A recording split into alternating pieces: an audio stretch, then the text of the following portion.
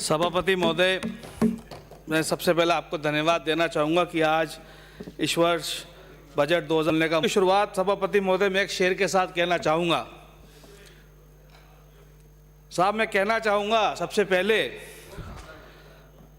क्योंकि सामने वाले इस शानदार ऐतिहासिक जो हमारा बजट माननीय मुख्यमंत्री जी ने पढ़ा, खिलाफ बोलना चाहूँगा एक शेर। अगर खिलाफ हैं होने दो, जान थोड़ी है। अगर खिलाफ हैं होने दो, जान थोड़ी है। ये सब धुआं है, कोई आसमान थोड़ी है। क्या बात है साहब। हमारी सरकार ने ना इसका रिचेता पहली बात तो मैं हूं नहीं, और अगर आप ऐसा समझते हो मैं हूं तो ये काबिल तारीफ बात है। साहब, हमारी सरकार ने सोशल सिक्योरिटी के ऊपर, इस राजस्थान सरकार ने हमेशा गरीब वर्ग की सबसे पहले सोची है। इस गरीब वर्ग की बात को सोचते सोचते सबसे पहले महात्मा गांधी नरेगा योजना लाई गई, जिसको इस भाजपा की सरकार ने खड्डे खोदने का काम कहा, उस नरेगा को। नहीं यार, ऐसे कैसे। और आज उस नरेगा को बढ़ाते हुए हमारी सरकार ने इस बजट में 100 दिन से बढ़ाकर 125 दिन कर दिया। और गांव से आगे बढ़ते बढ़ते उस नरेगा के काम को इस बजट के अंदर हमारे माननीय मुख्यमंत्री जी ने इंदिरा गांधी शहरी रोजगार योजना भी लेके आ गए, जिसके अंदर 100 दिन का रोजगार फिर से दिया जाएगा। गांव से चलते चलते अब शहर तक आ गए, तो गांव में तो इन बीजेपी वालों ने कह दिया था कि खड्डे खोदने का काम है। अब ये देखा जाएगा कि जब 100 दिन तक शहर के अंदर भी रोजगार देंगे तो अब इसको ये कौन सा काम का नाम देंगे। इसके साथ ही गरीबों के लिए, जो एक गरीब आदमी है जिसका मात्र बिजली का बिल का यूनिट 100 यूनिट आते हैं, उनको 50 यूनिट फ्री करने का काम हमारी सरकार ने करा है। इसके बाद अगर आज सोशल सिक्योरिटी की बात को छोड़कर आदमी की स्वास्थ्य की बात करें, ये हमारी कांग्रेस पार्टी की सरकार थी 2011 के अंदर जिसने सबसे पहले दवा फ्री करी। ये हमारी कांग्रेस पार्टी की सरकार थी 2013 के अंदर जिसने जांच फ्री कर दी। और ये अब हमारी कांग्रेस पार्टी की सरकार है जिसने अब ओपीडी और आईपीडी वो भी फ्री करने का काम करा। और फ्री को करा जो करा, दवा फ्री, जांच free, OPD free, IPD free, इसके साथ साथ चिरंजीवी योजना लाकर उस बीमा योजना तक दे दी, उसको भी 5 लाख से बढ़ाकर 10 लाख रुपए कर दी। ये काम करा हमारी कांग्रेस पार्टी की सरकार ने। सभापति महोदय, जो हमारे सामने बैठे हैं बीजेपी के लोग, सिवाय बांटने के कभी कोई काम नहीं करा। कभी हिंदू मुसलमान को लड़ा दिया, जाटों को राजपूत से लड़ा दिया, मीणा को गुजर से लड़ा दिया।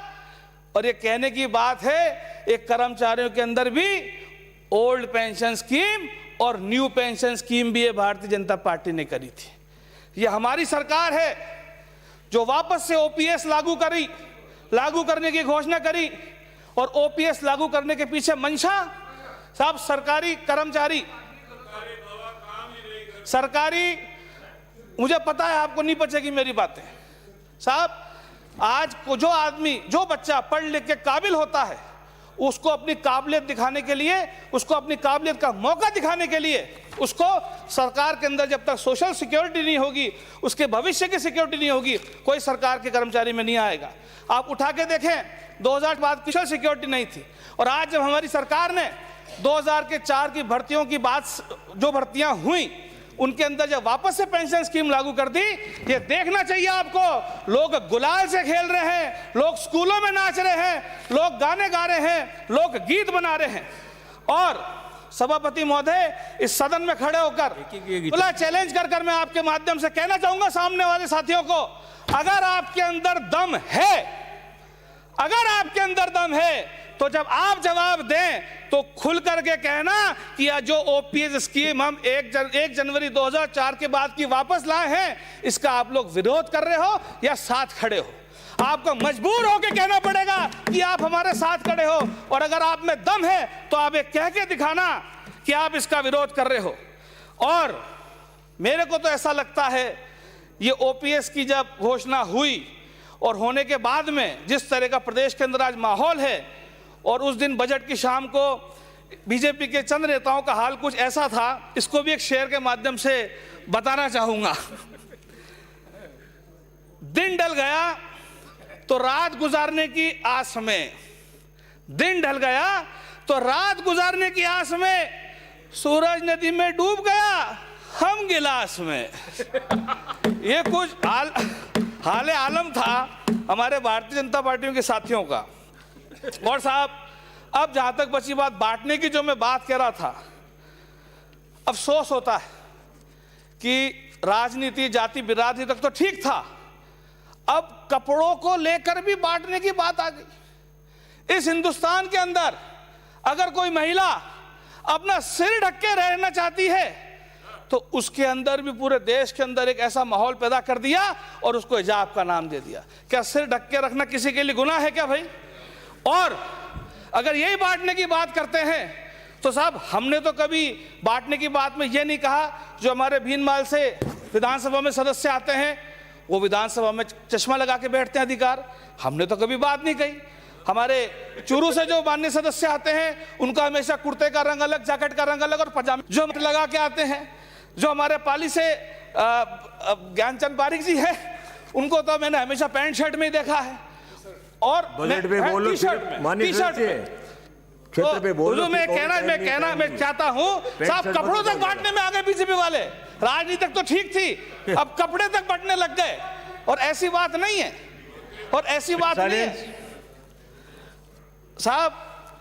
और अगर कपड़ों की बात कोई लेकर, इस हिजाब को लेकर इतना बड़ा तांडव हिंदुस्तान का रचा गया था, तो मैं इसके लिए भी कहना चाहूंगा, है दुनिया छोड़ने का मंजूर, है दुनिया छोड़ने का मंजूर, लेकिन वतन को छोड़कर जानेगा नहीं किसी भी हाल के अंदर, किसी हाल के अंदर, चाहे कैसा तांडव क्यों न रचते रहे। और साहब, आपको बात बताएं, अभी बात चल रही थी, हमारे सरकार ने सब विधायकों को जब बजट पेश हुआ, बजट पढ़ने के लिए मोबाइल फोन दिया, अखबार चल रहे हैं, न्यूज चल रही है, बीजेपी के लोगों ने मोबाइल फोन वापस कर दिए। इसमें भी ढोंग और तमाशा। मैं आज इस सदन के अंदर खड़े होकर कहता हूं, सवाई माधोपुर का विधायक कहता है, इस सदन के साहब ये जो 200 के 200 बैठे हैं, हम सब लोगों ने या तो सरकार के माध्यम से फ्लैट लिए, या हम सब लोगों ने, जिन्होंने फ्लैट नहीं लिए उन्होंने प्लॉट लिए। आज अगर सबने मोबाइल भी ले लिए तो लगे हाथ वो फ्लैट और प्लॉट भी वापस क्यों नहीं करते आप लोग? ये मोबाइल इसलिए वापस करने का नाटक करते हैं क्योंकि चोर की दाढ़ी में तिनका, चोर की दाढ़ी में तिनका, चोर की दाढ़ी में तिनका। और चोर की दाढ़ी में तिनका क्या है मैं बताता हूं।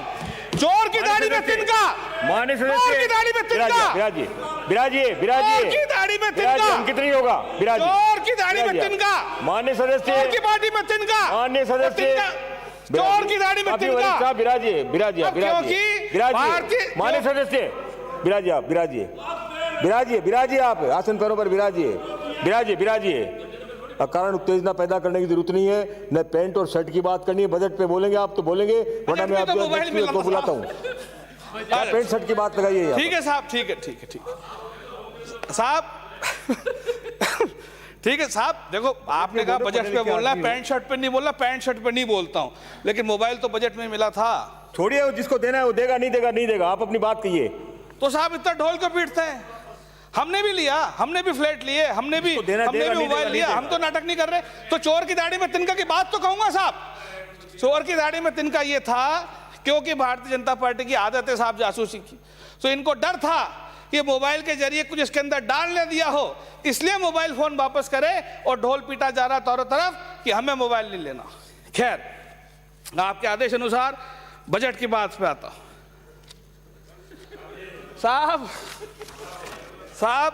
जहां तक सवाल राजीव गांधी पैरा टीचर, शिक्षा कर्मी और मदरसा पैरा टीचर्स का है, यह मुद्दा कोई नया मुद्दा नहीं है। 20 साल से, तकरीबन 15-20 साल से मुद्दा चला आ रहा है। मैंने पहले भी कहा था, आज भी कहता हूं कि चाहे उधर वाले थे या इधर वाले थे, मीठी गोलियां सबने दी, सबने दी। और भारतीय जनता की जब सरकार थी, इन्होंने तो पिछली बार 15-15 लाख देने की बात करी और अपने मैनिफेस्टो में इतनी मीठी मीठी बातें करी थी।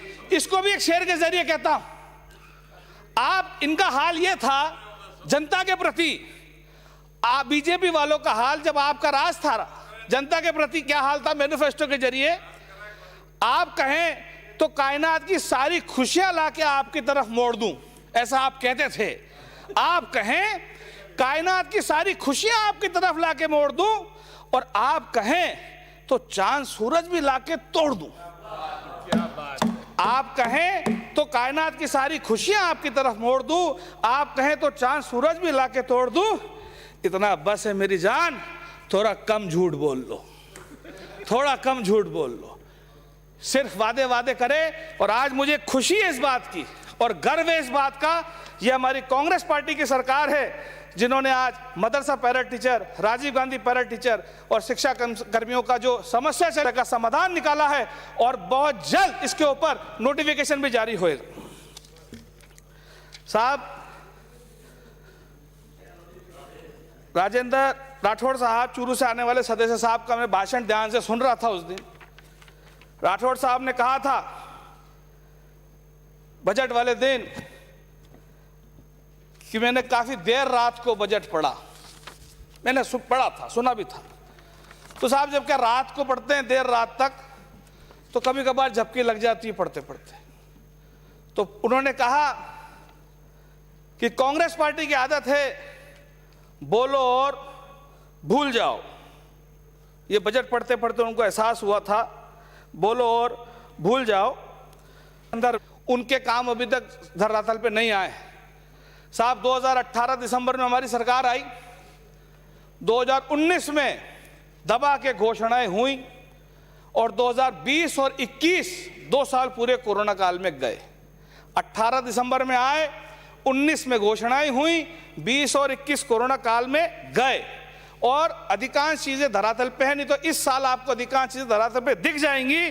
लेकिन मैं कहना चाहूंगा राठौड़ साहब से कि चाहे हम कुछ भूलें या ना भूलें, लेकिन जब ये कोरोना काल चल रहा था, कोरोना काल की दूसरी लहर में जब लोग मर रहे थे, ऑक्सीजन के लिए तड़प रहे थे। 2 मिनट में समाप्त करें अपनी बात। साहब, मेरा टाइम दिया गया 10 से 15 मिनट। साहब, मुझे 5 मिनट चाहिए पूरे, और मैं बोलूंगा। कोरोना काल में भाई भाई को छूने से डर रहा था, मां बेटे को छूने से डर रही थी, आदमी को छूने से डर रहा था। ऑक्सीजन के लिए लोग तड़प तड़प के मर रहे थे। ये कांग्रेस पार्टी की सरकार थी जिसने पूरी व्यवस्था करी अस्पतालों के अंदर, पेशेंट को रिसीव करने से लेकर भर्ती करने तक, भर्ती के बाद जांच कराने तक, जांच कराने के बाद ऑक्सीजन देने तक, और ऑक्सीजन देने के बाद इलाज कराने तक। और फिर भी अगर कोई हमारे बीच हमें छोड़ के चले जाता है तो उसके पार्थिव शरीर को गांव तक पहुंचाने तक अगर काम करा तो इस कांग्रेस पार्टी की सरकार ने कोरोना काल के अंदर करा। साहब, जहां तक और साहब है बोलते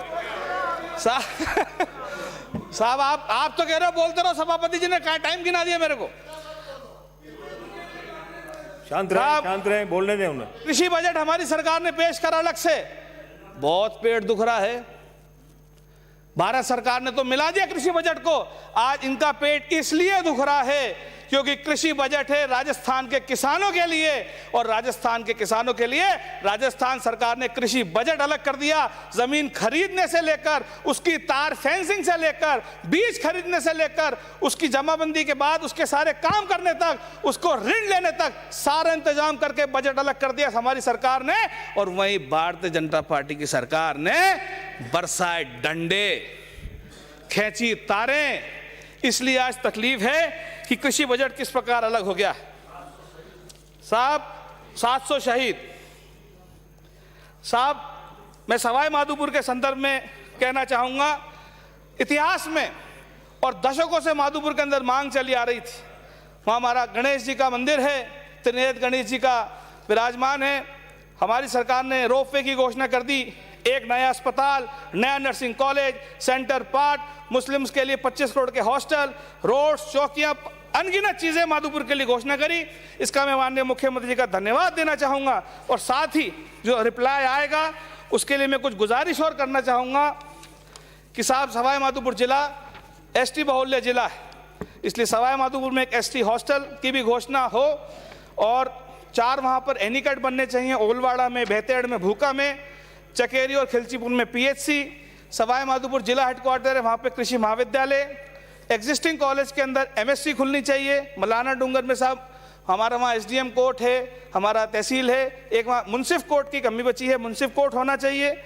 हमीर सर्किल हमारे सवाई माधोपुर में है, उस हमीर सर्किल का पूरी तरह से जीर्णोद्धार होना चाहिए। बजरा में विद्यार्थियों के लिए पुस्तकालय, अमरूद प्रशिक्षण केंद्र, खिरनी को उप तहसील, ऐसी तमाम और बहुत सारी बातें जो मैंने माननीय मुख्यमंत्री जी को लिख करके दी हैं, जिनकी मैं उम्मीद करता हूं कि अपने रिप्लाई के अंदर वो बात ऐड करके बोलेंगे।